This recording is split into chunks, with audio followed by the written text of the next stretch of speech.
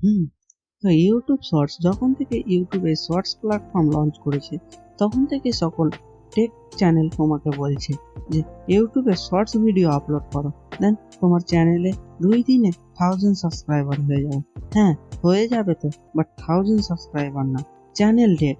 এবার তোমরা ভাবছো যে কিভাবে, সেটা তো বলবো, কিন্তু তার আগে ইউটিউব শর্টসের কিছু মিস্টেক জেনে নাও।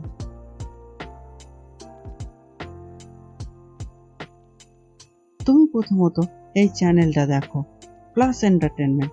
এর বর্তমান 29,000 সাবস্ক্রাইবার রয়েছে, বাট যদি তুমি এর ভিডিওর ভিউজ দেখো তো তুমি দেখতে পাবে এর প্রতিটা ভিডিওতে প্রায় 2 থেকে 3 হাজার ভিউজ আসছে। বাট তার 29,000 সাবস্ক্রাইবার হয়ে 2 থেকে 3 হাজার ভিউজ কেন?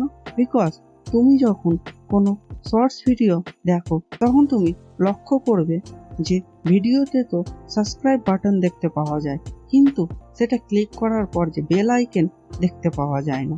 তার মানে কি, যদি কেউ তোমার চ্যানেলে সাবস্ক্রাইব করে দেয় বাট সে বেল আইকনে ক্লিক না করে, তাহলে তো তোমার পরবর্তী ভিডিওর নোটিফিকেশন তার কাছে যাবে না। তাহলে তোমার চ্যানেলে সাবস্ক্রাইবার ইনক্রিজ করে লাভ কি? কারণ পরবর্তী সে তো আর ভিডিও দেখবে না।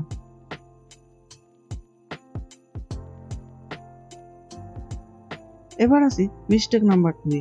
যে কোনো ক্রিয়েটর ভিডিও বানানোর সময় চেষ্টা করে যে সে যেন প্রতিটা ভিউয়ার্সের সঙ্গে 2 থেকে 3 মিনিটের মধ্যে একটা কানেকশন বিল্ড করে নেয়।